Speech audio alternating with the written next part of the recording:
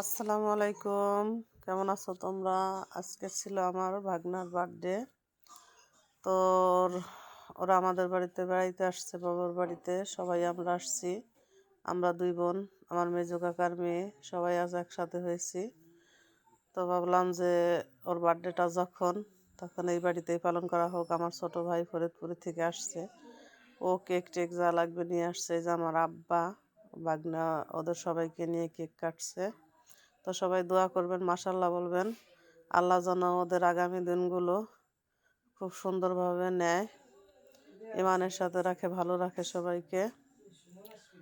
তো এই যে সবাই কেক খাওয়া করতেছে, আমরা সবাই অনেক দিন পর একসাথে হয়েছি। আমার মেজো কাকার ছেলে মেয়ে 3জন, আমরা 4 ভাই বোন। তো আমার বড় ভাই প্রবাসী, সে বাংলাদেশে নাই। আমরা সবাই একসাথেই আছি।